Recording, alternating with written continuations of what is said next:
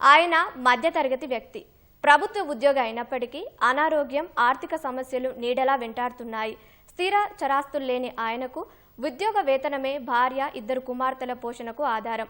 హనుమకొండకు చెందిన రాజేష్ ఖన్నా వరంగల్ జిల్లా నల్లబెల్లి మండలంలో ఉప తహసీల్దార్గా విధులు నిర్వర్తిస్తున్నారు.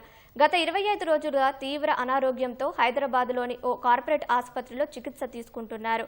వైద్యానికి 27 లక్షలు ఖర్చు కాగా 20 లక్షలు చెల్లించినా మిగిలిన 7 లక్షలు చెల్లిస్తేనే డిశ్చార్జ్ చేస్తామని ఆసుపత్రి వైద్యులు చెబుతున్నారని రాజేష్ ఖన్నా భార్య వాపోతున్నారు.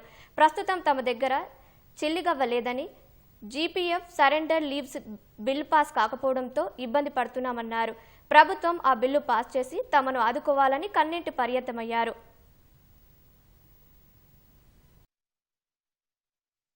నా భర్తకు 8 సంవత్సరాల క్రితం కిడ్నీలు పోయినాయని తెలిస్తే నేనే ఇచ్చి కాపాడుకున్నా. మళ్ళీ ఇన్ని సంవత్సరాలకు లంగ్స్ ఇన్ఫెక్షన్ అయ్యిందని చెప్పి ఇప్పుడు 25 రోజులు 20 లక్షల దాకా ఖర్చు పెట్టుకున్నా. ఉన్న బంగారం అంతా అమ్ముకొని మాకు ఆస్తిపాస్తులు కూడా ఏమి లేవు. నాకు 2 అమ్మాయిలు, మేము 3 ఆయన మీద ఆధారపడి బతికేటోళ్ళు. నా భర్త జీపీఎఫ్ బిల్లు చేసి 6 నెలలు అవుతుంది.